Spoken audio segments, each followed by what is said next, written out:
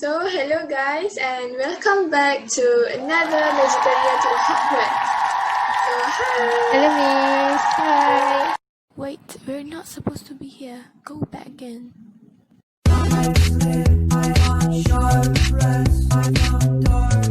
Yes, we should start here. 5, 6, 7, 8. Dance with me in my backyard, boy. Looking super.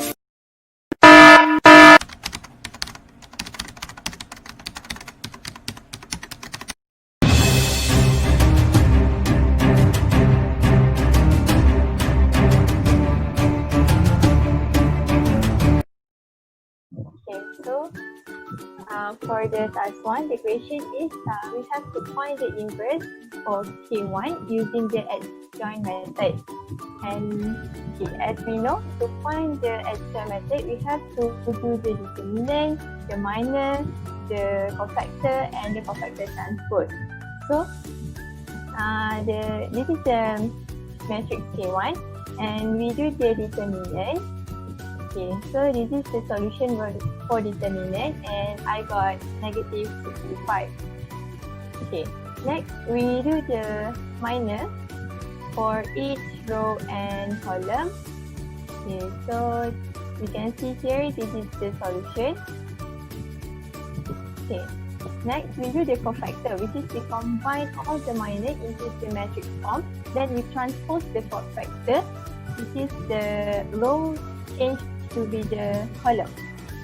Okay, and then we can find the inverse, which is this is the formula 1 over determinant multiplied by adjoint. So this is the determinant and this is the adjoint, then and this is the inverse of K1.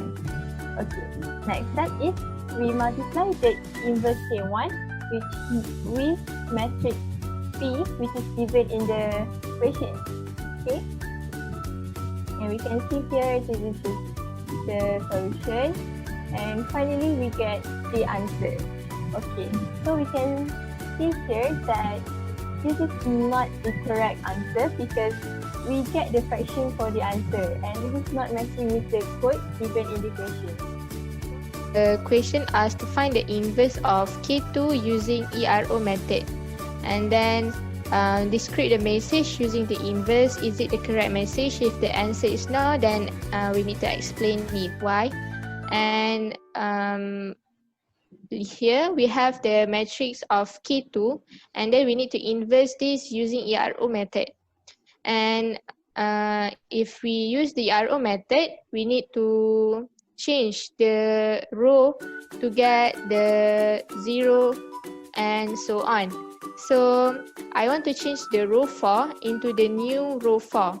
So basically I need to do is row 4 we need to minus it with row 1, we need to multiply it by 3. So row 4 minus 3 row 1, and then we get the new row 4.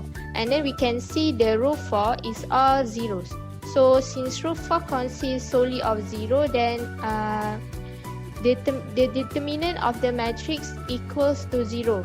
So it means that this matrix is not the correct message because the matrix is not invertible. It means that the matrix is singular.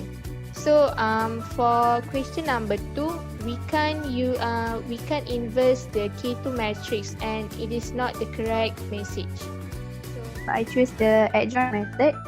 So first of all, we have to find the determinant. So this is all the calculations, and then I substitute all this value into this bracket, and I got the determinant, which is the negative 21. And then next step, we have to find the minor. So this is all the calculation for each column and row, and then all this value we will have to substitute it in a 4x4 matrix.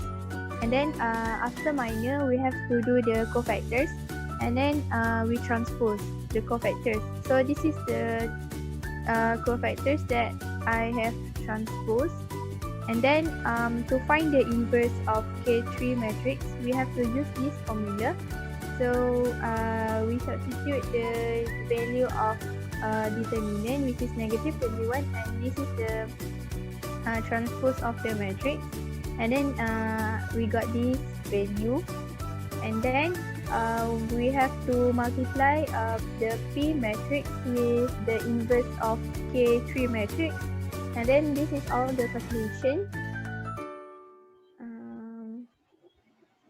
And then all this value I substitute in a 4x4 matrix, and then I substitute the value of each number with based on the coding method, and then this is the answers that I got with this mathematics.